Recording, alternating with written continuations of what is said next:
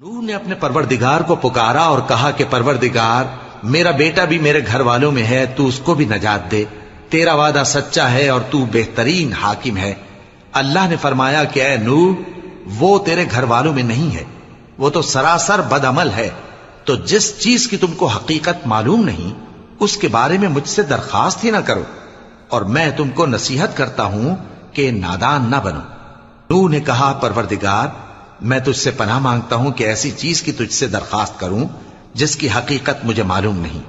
اور اگر تو مجھے نہیں بخشے گا اور مجھ پر رحم نہیں فرمائے گا تو میں تباہ ہو جاؤں گا۔ حکم ہوا کہ نوح ہماری طرف سے سلامتی اور برکتوں کے ساتھ جو تم پر اور تمہارے ساتھ کی جماعتوں پر نازل کی گئی ہیں اتر آؤ،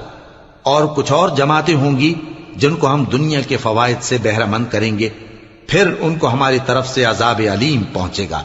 یہ حالات غیب کی خبروں میں سے ہیں جو ہم تمہاری طرف بھیجتے ہیں، اور اس سے پہلے نہ تم ہی ان کو جانتے تھے اور نہ تمہاری قوم ہی ان سے واقف تھی، تو صبر کرو کہ انجام پرہیزگاروں ہی کا بھلا ہے۔